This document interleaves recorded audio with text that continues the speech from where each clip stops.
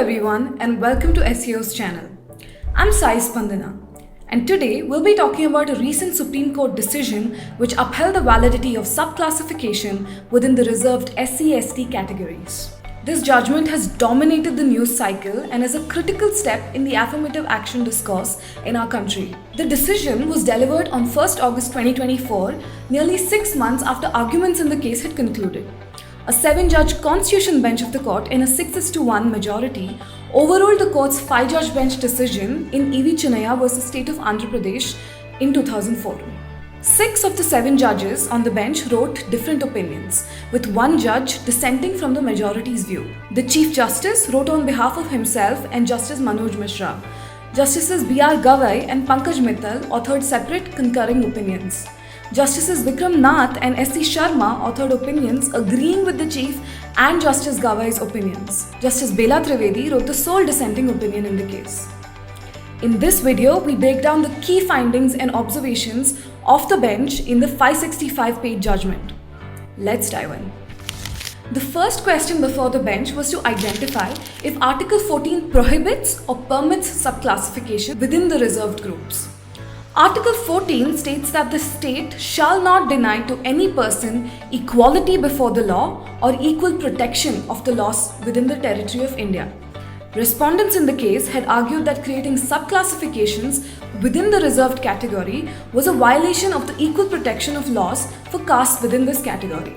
The majority rejected this train of argument and held that subclassification was permissible under Article 14. This article, they said, promoted parity of treatment under parity of circumstances, not sameness. There was disparity amongst the various castes within the scheduled caste group, and therefore subclassification within this group was valid as it tackles this facet of inequality. In her dissenting opinion, Justice Bela Trivedi held that subclassification was in fact violative of Article 14 as it deprives other castes in the presidential list from the benefit of reservation. Speaking of the presidential list of 1950, this is a list of state-wise scheduled castes notified by the President under Article 341 in 1950. The question before the bench was whether inclusion under this list meant that the scheduled castes were a homogeneous group. Respondents had argued in the affirmative and therefore asserted that subclassification within this group was not permissible. This was also the view adopted by the bench in E.V. Chinnaiah in 2004. Various state governments and the union government, on the other hand, had taken the opposite stance. They said that the scheduled castes were not a homogeneous group as they were marked by varying levels of discrimination and backwardness. The majority overruled the decision in Chinnaiah and held that mere inclusion under the presidential list of 1950 was not a mark of homogeneity amongst the scheduled castes. Justice Bela Trivedi, in her dissent, stated that the scheduled castes, as notified by the President, were an amalgam of castes, races, groups, tribes, communities, or parts, and therefore were a homogeneous group. In E.V. Chinnaiah, the court had held that creating subclassification would amount to tinkering with the presidential list. Therefore, it was impermissible because only President could notify castes under Article 341 and only Parliament had the power to include or exclude castes from this list. In this regard, the bench in Chinnaiah had also held that state governments do not have the power to create subclassification.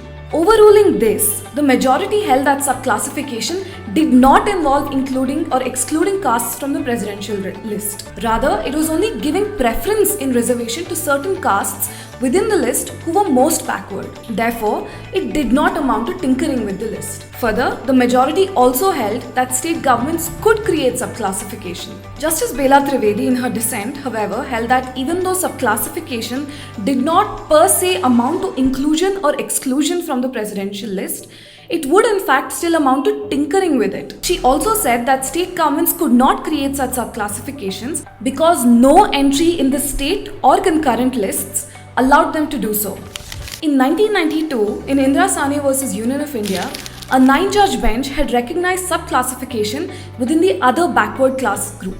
Relying on this, the states and union government had argued that similar subclassification could be extended to the scheduled caste and scheduled tribes group also. The respondents, however, had argued that the decision in Indira Sane was restricted to other backward classes and could not be extended to scheduled caste and scheduled tribe. The bench in that case, they said, had categorically left the SC/ST groups out. But putting the debate to rest finally, the 7-judge bench clarified that the only reason that the court in Indira Sane had excluded scheduled caste and scheduled tribes was simply because the facts of that case pertain to other backward classes and not scheduled caste and scheduled tribes. Justice Bela Trivedi disagreed. She said that the bench in Indira Sane categorically excluded scheduled castes and scheduled tribes, and therefore they could not be subclassified. The majority in this case held that any subclassification must be made based on empirical data proving social backwardness within the SC/ST groups. They also stated that any law which creates subclassification was subject to judicial review, meaning that it can be challenged in the court of law. The bench also made it clear that a law creating subclassification can give certain castes preferential treatment but could not have the effect of excluding any caste within the list from the benefit of reservation altogether. The creamy layer refers to those members of a backward class who are highly advanced socially as well as economically and educationally. In Indira Sane, the court had held that the creamy layer within the OBC groups could be excluded from the benefit of reservation. In the present case, Justice B.R. Gavai in his judgment observed that the creamy layer exclusion could be extended to the SC/ST group as well. But the criteria to identify them had to be different from that which applied to OBCs. Justices Vikram Nath, S.C. Sharma and Pankaj Mittal concurred with him.